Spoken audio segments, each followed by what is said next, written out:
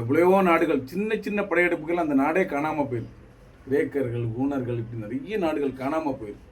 ஆனால் இன்னும் நம்ம நாட்டை பார்த்திங்கன்னா 800 வருஷம் முகலாயர்கள், 200 வருஷம் ஆங்கிலேயர்கள் இந்த படையெடுப்பெல்லாம் நடந்து நம்ம நாடு ஒட்டுமொத்தமாக நம்முடைய சின்னங்கள், கோயில்கள் இதெல்லாம் அடையாளங்கள் அழிச்ச பிறகு கூட இன்னும் நாம் பார்த்திங்கன்னா இன்றைக்கி இந்த கைலாய வாத்தியம், ஆன்மீகம், இந்த விஷயங்கள், கோயில் இதெல்லாம் நம்ம இன்றைக்கி இன்னும் பிரபலப்படுத்தி வளர்ந்துட்டே இருக்கு. ஸோ இது ஏன்னு சொன்னால் இந்த நாடு அப்படிப்பட்ட நாடு. இந்த ஆன்மீகம், இந்த ஆன்மீக விஷயங்கள் நம்ம நாடு முழுக்க கீழ் மட்டத்தில் எல்லா மக்களுக்கும் போய் சேரணும்.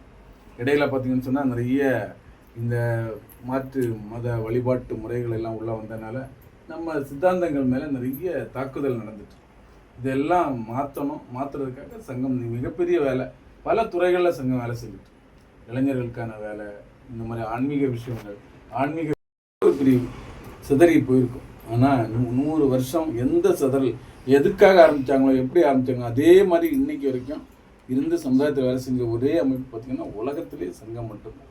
முழுக்க இது ஆன்மீகமாக இருக்கிறதுனால தான் அப்படி இருக்க முடியுது. டாக்டர் ஜி அந்த சங்கத்தை ஆரம்பிக்கும் போதே அப்படி தான், தன்னை முன்னிலைப்படுத்தாமல் ஆன்மீகத்தை முன்னிலைப்படுத்துவதற்காக தான் காவி கொடியை நம்முடைய குருவாக வச்சுருக்காரு.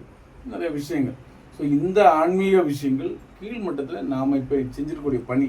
பரமாத்மாவும் இவங்க இருக்காங்க இல்லையா, பாஞ்சாலி, திரௌபதின்னு சொல்லுவோம் இல்லையா, திரௌபதியும் கிருஷ்ண அப்பாவும் ஆக்சுவலி வந்து அர்ஜுனன் அவங்கெல்லாம் வர்றதுக்கு முன்னாடி இவங்கெல்லாம் இந்த அம்மா வந்து திரௌபதி அம்மன் வந்து யாகத்திலிருந்து வந்தவங்க.